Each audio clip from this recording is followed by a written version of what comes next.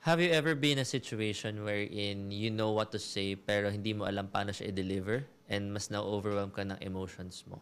It is very important to actually understand that emotional intelligence is not the opposite of intelligence. So in this video, we're talking about how are we going to develop emotional intelligence or what we call EQ when it comes to improving our relationships. So let's define ano nga ba yung emotional intelligence or yung tinatawag nating EQ o yung emotional quotient natin. No? Emotional intelligence is the ability to be able to manage our emotions well. So again, emotional intelligence is about managing our emotions, be able to recognize our emotions or the emotions of others, and be able to actually respond properly to it. Kasi most of the time, people are emotional beings, right? We are emotional beings.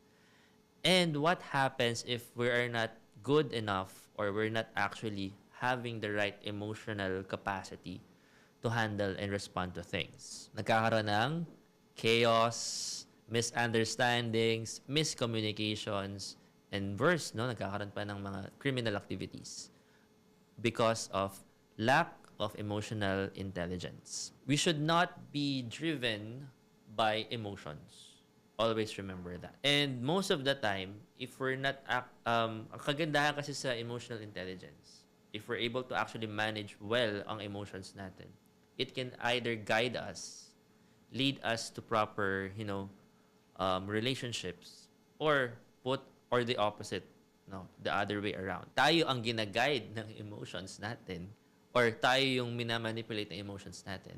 It can either lead us to our worst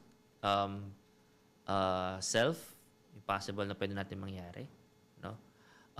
And it can actually destroy a lot of things. A lot of relationships were destroyed because of emotions. So, it's very important na mayroon tayong level of awareness pagdating sa emotional intelligence. Kasi our emotions not only influence ourselves, but the people around us. It also influence others. You know, yung feeling na, alam niyo yung feeling na kapag mayroong bad trip sa bahay niyo, ang awkward ng situation, lahat kayo parang feeling niyo bad trip na din, no? Or kung may malungkot, lahat kayo malungkot din. Kung lahat masaya, masaya din. That is how powerful emotions are. So we have to actually recognize that factor when it comes to dealing with relationships. So there are 5 core components of EQ or emotional quotient or yung emotional intelligence nga. Number 1 is self-awareness. You have to understand yourself first. Mainitin ba ulo mo? Madali ka bang malungkot? Madali ka bang matrigger? Pikunin ka ba? What type of personality do you have? What are your trigger factors? And self-awareness is very important when it comes to EQ. No? So that's number 1. Number 2, self-regulations. This is the ability naman to actually recognize yung mga impulsive thoughts natin. Be able to actually stop it. Di ba, alam niyo yung impulsive thoughts na tinatawag natin, yung parang iniisip mo lang siya, bigla mo na siya nasabi or bigla mo na siya nagawa. No? So, it's very important to have self-regulation when it comes to those kind of things. Yung, alam mong galit na galit ka na, sasabog ka na, but you were able to actually redirect it and regulate it in a way for you to be able to control those impulsive actions and thoughts na capable kang gawin. Number 3, having a motivation. So, you should have that kind of greater thing on you na nagdadrive sa'yo to get motivated.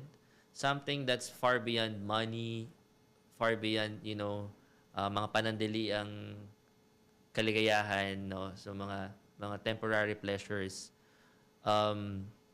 Those are the motivational things that we can actually have for us to have that kind of emotional conscience. Yung parang mas bigger, mayroon ka ng vision sa buhay mo. Kasi yung vision kasi, it's not a goal. It's not something na pangarap. No. Vision is something greater than everything that's on you. For example, ang vision ko is maging someone na makakatulong sa maraming tao. Na kapag sinabi ko pag sinabi kong makakatulong, makakapag-provide ako ng educational system or makakapag-provide ako ng maraming trabaho sa mga empleyado.